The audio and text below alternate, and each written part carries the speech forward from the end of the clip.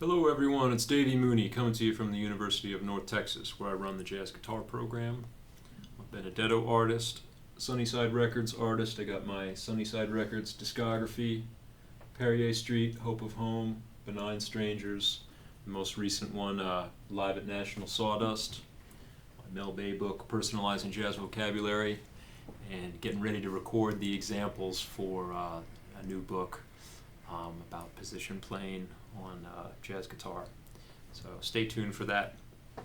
Shout out to Jazz Guitar today for helping me get these videos out into the universe. And today I want to talk about the Wayne Shorter tune Fi Fo Fum. One of the great tunes that on Speak No Evil, one of his many masterpieces. I feel like you get kind of superlative heavy with Wayne Shorter, but he just covered, what a career, you know. He's still going, working on an opera, I believe, right? It's coming out pretty soon, Iphigenia, and excited about that. But yeah, Speak No Evil, 1964, 65, something like that. Elvin Jones, Ron Carter, Herbie Hancock, Freddie Hubbard. And you know, I remember when I was an undergrad here at UNT, Fred Hamilton, who's my predecessor in this position, had me learn all the tunes from Speak No Evil. Remember, I came in wanting to learn, I was really into standards. I wanted to learn all of Gershwin, all of Cole Porter, all of Harold Arlen and stuff like that, which I didn't learn all their music, but I was working on that concurrently. But Fred was like, you gotta learn the tunes from this record. And so I did, and Fi Fo Fum is one of my favorites. And I've been working on it with students here at UNT, because it's really, I love how it's real swinging and very blues based in certain respects. At the same time, there's some harmonic curveballs that it throws you, where you think you're going to be cool just playing like bluesy G minor, bluesy B flat major, and then there's a couple chords where you're like, oh. And I love the tempo too. I love the groove of it. I've actually been playing it solo guitar lately, and for some reason, probably because I'm from New Orleans, I always kind of relate this tune to like a New Orleans groove. There's a particular tune, a Lee Dorsey tune, Work, Work, Work, that has it's like the tempo is almost the same, and it's a two feel, like the Fi Fo Fum on the head is a two feel. Although of course on the Lee Dorsey record, the drums, there's very backbeat heavy snare on 2 and 4. And obviously Elvin is doing a different thing. That ride cymbal is more prominent. But it's interesting how, in a certain sense, those grooves are so similar. They're both swung in a way. But I always point that out to my students, and it's hard for me to play that tempo without getting a little...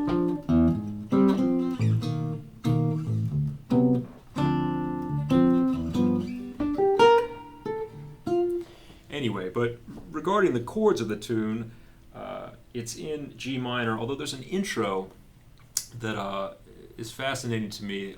Some of the tunes on, those Wayne Shorter records, all of Wayne Shorter's music really, they have an intro that I think they're rarely played, and in a certain sense, the intro to Fi Fo Fum, it seems like it doesn't have that much to do with the tune that comes after it. Of course, I don't mean to be presumptuous, but just in terms of the harmony, it starts on like an A-flat sus, and then there's a series of chords over an F pedal, and then like a D7, sharp 9, and A-flat 13, and it resolves to C minor, which I think is kind of interesting.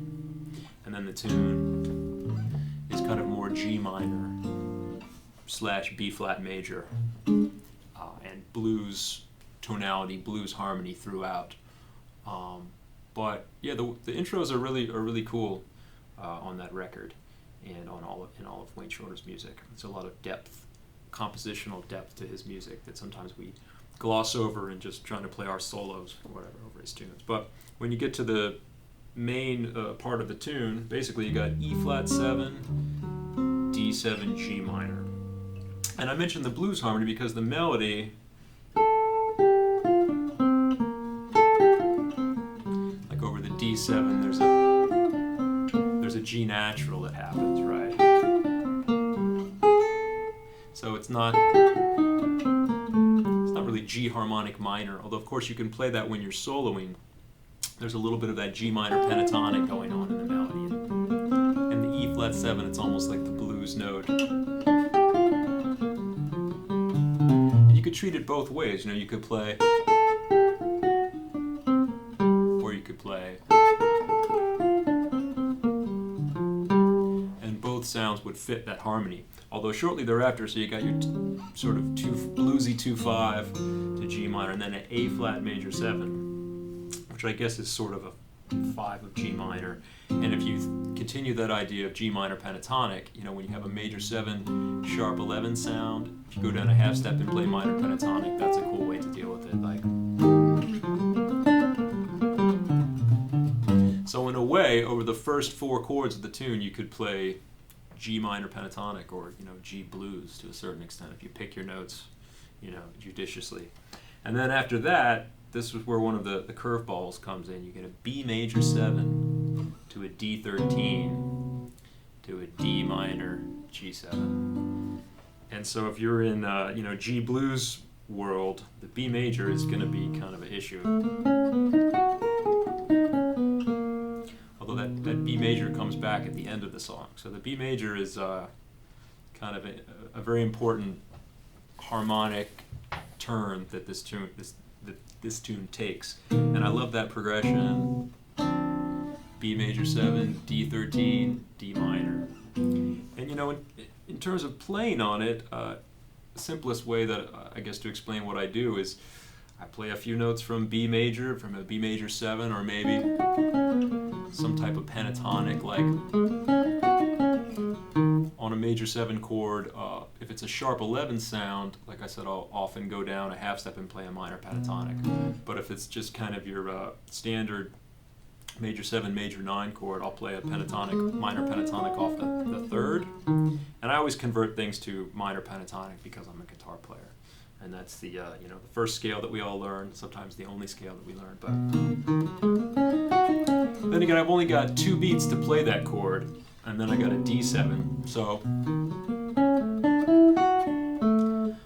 often I'll just grab a few notes from each chord, you know.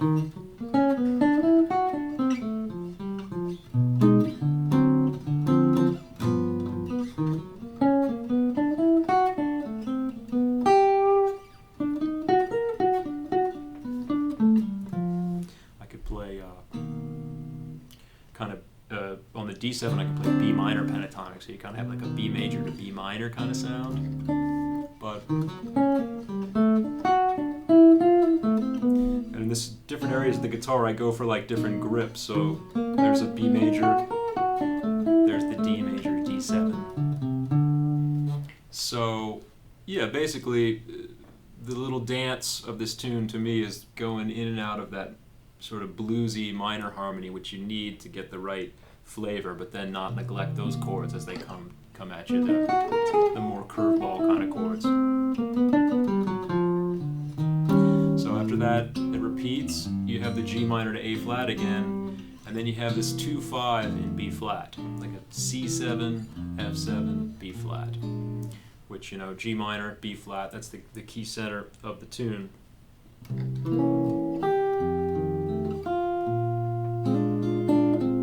Of course, it's kind of a B flat dominant, again, blues harmony, and you can see from the melody there. And the bridge is kind of cool. You have E flat 7 for 2 bars going to B flat, but in the melody, it's kind of interesting how the horns play in fourths. But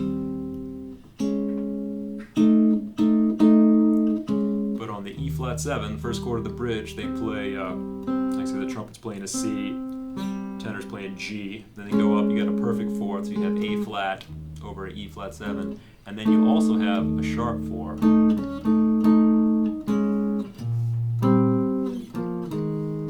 So I think that's kind of interesting to have both of them in there.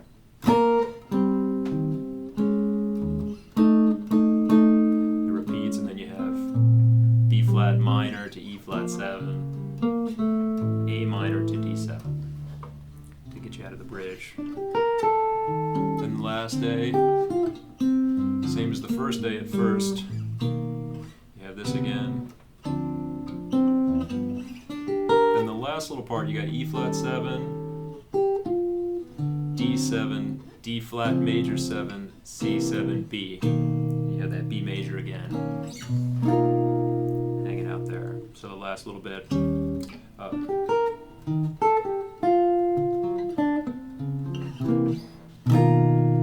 It hits on 4 like that. And you know, those types of progressions where you have dominant 7 chords going down chromatically, or these kinds of cycles, that's something that comes up a lot in tunes from this era. I think about like Joe Henderson, Serenity. You know, you have that.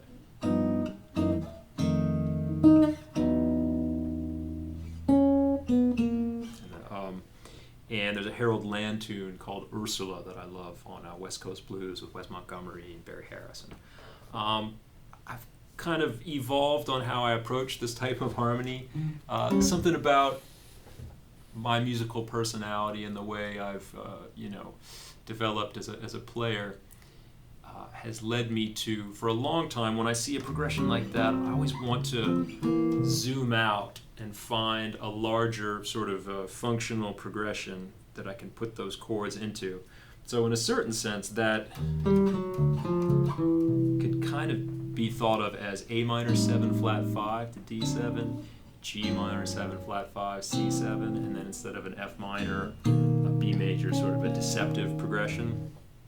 Although at the same time, you know, as I try to square my sort of theoretical knowledge of functional harmony and trying to fit progressions into that framework, I'll go and listen to a record, I don't know, say McCoy Tyner playing on Serenity, somebody like that, and you know, this isn't an exact example, but the idea that you could play this.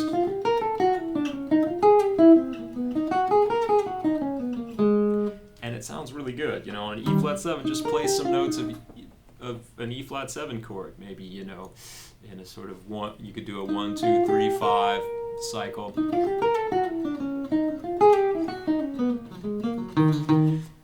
And that can sound just as cool as any sort of way, another approach you could take and try to make it sound like. That's me trying to make it be A minor 7 flat 5, D7, G minor 7 flat 5, C7.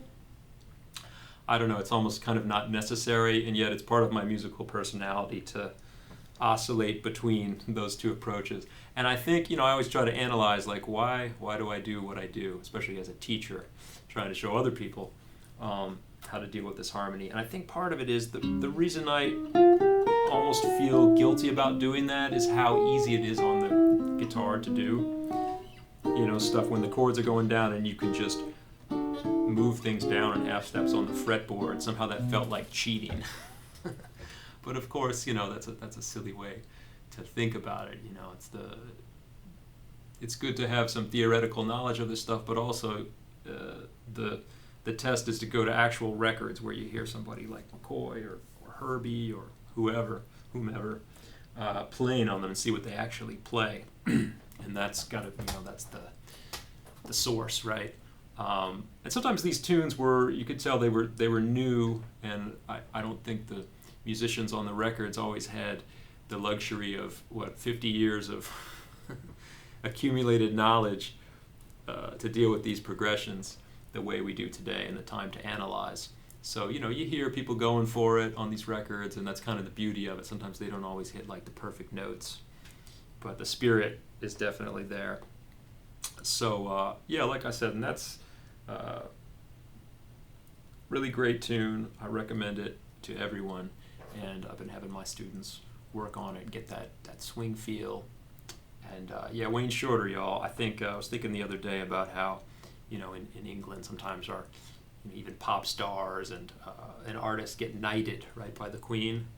I feel like if anybody deserves a knighthood in American arts, it's Wayne Shorter. So I'm going to play a little bit on this tune, and I hope you enjoy it. All right.